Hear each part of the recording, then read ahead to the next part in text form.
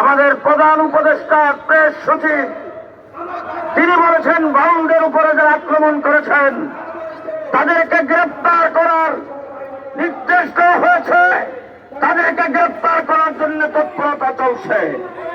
আমি পরিষ্কার ভাষায় বলতে চাই, ডক্টর ইউনূস সাহেব, আপনাকে রক্ত দিয়া ক্ষমতায় আমরাই বসাইছি, কিন্তু আপনি বাউলদের পক্ষে অবলম্বন করবেন।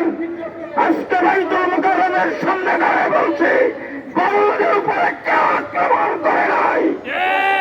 বাউলরা আল্লাহর বিরুদ্ধে কথা বলেছেন, রাসূলের বিরুদ্ধে কথা বলেছেন, কোরআনের বিরুদ্ধে কথা বলেছেন, ইসলামী শরীয়তের বিরুদ্ধে তারা কথা বলেছেন।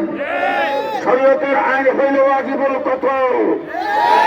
সুতরাং আমাদেরকে বাধ্য করবেন না, বাধ্য করবেন না।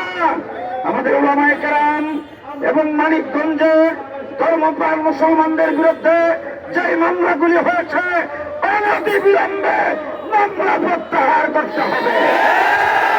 বাউলদের সঙ্গে যারা জড়িত আছে, আগামীকাল শনিবার, এর পরের শনিবারের আগে তাদের সবাইকে গ্রেপ্তার করতে হবে।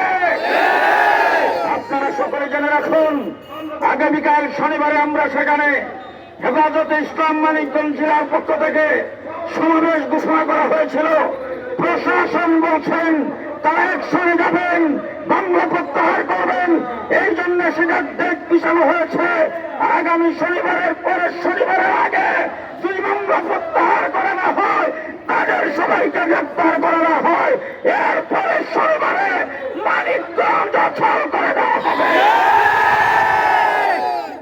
আমি প্রশাসনের ভাইদেরকে বলতে চাই, যারা আজকে তাদের পক্ষ অবলম্বন করবেন, কেন্দ্রীয়ভাবে আমরা কোনো বিক্ষোভ দিবস ঘোষণা করি নাই।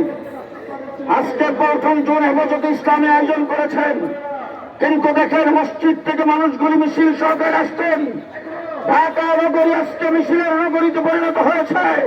বাংলাদেশের বিভিন্ন জায়গায় মসজিদগুলোর থেকে মিছিল হচ্ছে।